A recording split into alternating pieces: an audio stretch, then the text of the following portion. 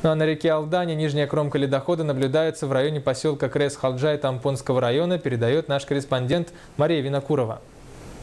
По данным комиссии по чрезвычайным ситуациям по Тампонскому району, в течение суток на территории Улуса гидрологическая обстановка в норме. На реке Алдан нижняя кромка ледохода находится в районе села Крес-Хальджай. Уровень воды 491 сантиметр, при критическом 798 сантиметров. Редкий ледоход. Верхняя кромка находится у села Эльдикан Узьмайского района.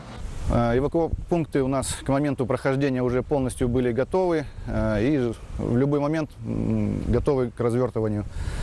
На пункты отгона скота завезено фураж, грубые корма, сено. В Хандыге в целях контроля над мероприятиями по обеспечению безаварийного пропуска паводковых вод работает оперативная группа Главного управления МЧС России по республике Саха-Якутия в составе 12 человек. В группе взрывники и гидрологи. Вертолет опергруппы базируется в Хандыге в часовой готовности. Здесь, конечно, река намного шире, есть заторопасные места. И на сегодняшний момент самое опасное заторопасное место, которое на нулевом километре ледоход прошел, так что, думаю, не должно быть никаких эксцессов.